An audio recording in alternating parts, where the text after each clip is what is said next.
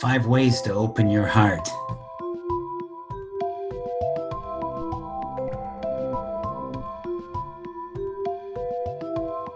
This is Phillip Mountrose. My wife Jane and I, we help people step up and tap into the heart of success with holistic coaching and healing. And in this short video, I want to share 5 ways that can help you open your heart, because you see, this is what the world really needs. There's a lot of closed-heartedness, which makes things cold and heartless, and a lot of cruelty and violence and misunderstanding as a result. So the 5 ways I'm going to share, very practical ways, will also include solutions within the ways to open your heart, because as your heart opens, a lot of solutions occur at the same time. So way number 1 to open your heart: see unity in diversity.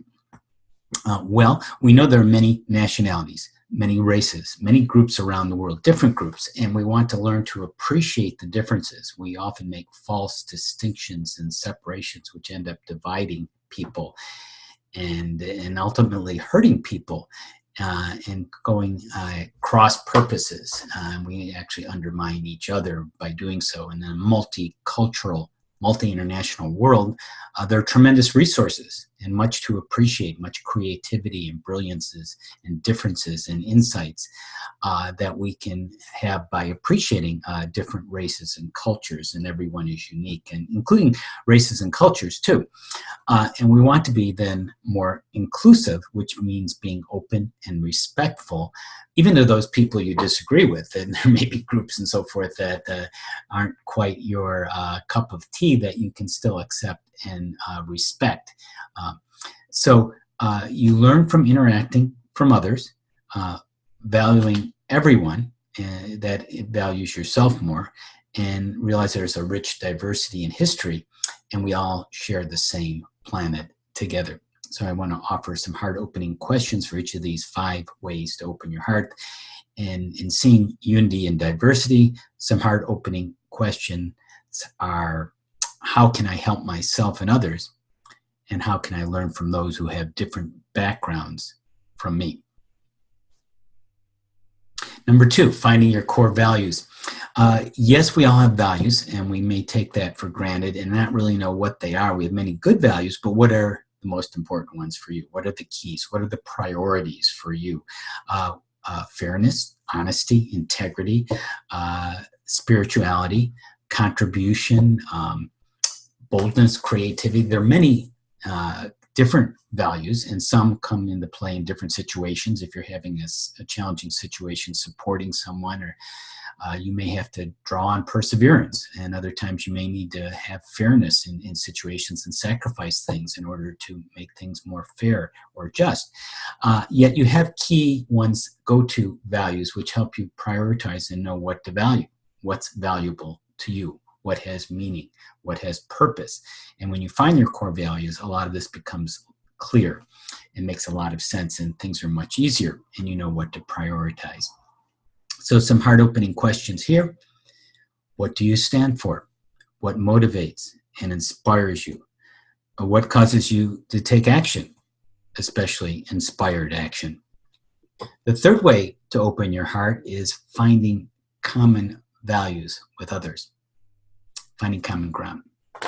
Now, we talked about first appreciating differences in others, and then finding your own values, what you value, how you can discern, how you can evaluate, how you can appreciate things, and then that leads you to finding what you have in common with others, because there's really much more that we have in common than what we have different. We have similar genes, we have similar needs, safety, security, belonging, creativity, and yet those of us who want to have higher needs met, namely self-actualizing, self-transcending, then it's even more to connect with others, more to suspend judgments, to find out the commonalities, because we can easily talk past each other. And we need to learn first to listen. If you listen to others, yes, they may listen to you as well. So a heart-opening question here on finding common ground with others is: how can I help others meet their needs while meeting my own? And how can I live together with others? 4th way to open your heart is find hope. Well, we have a lot of different emotions, and sometimes it's in the higher emotions, the more expansive emotions like love, and sometimes it goes down to fear and dread, some pretty difficult ones. And yet, we can open our hearts and connect with our souls at those darkest times, those darkest hours before the dawn that seem to last forever at times. We can find that ray of sunshine, that ray of hope, the beam coming through, and get insights, and be open and stay positive and be compassionate. And that may mean helping someone who is sick or oppressed, a victim of a disaster or a crime. And that will be a way of finding hope in the most troubling times. So a few heart-opening questions here. I'm finding hope. What is the good that will come out of this? There must be a light here to show me the way. The fifth way to open your heart is be neutral and detached. In other words, be mindful, because you want to go past all the fear, all the dread, all the difficult emotions, and all the negative thinking and worries that come with that, the doubt, anxiety, and find a space in your heart, deeper within your heart, an opening. And that space by breathing, by relaxing, even in the difficult times, as we were talking about, you can be neutral. You can be detached. You can suspend judgment. You can let go of the opinions. The labels can disappear, and you can be with what is, and you can move around freely, experiencing life that way without reacting or having to judge.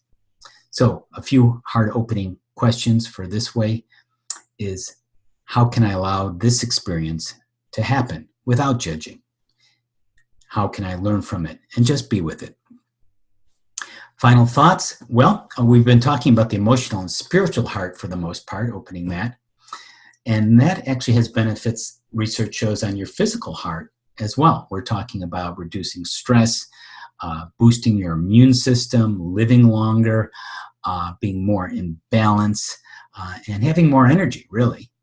So we can get beyond past and right, good and bad, white and black. We can get beyond all those divisions, those false divisions. We can learn from them, and that way our heart opens, and our heart will lead us and will know the way and guide us into a better world.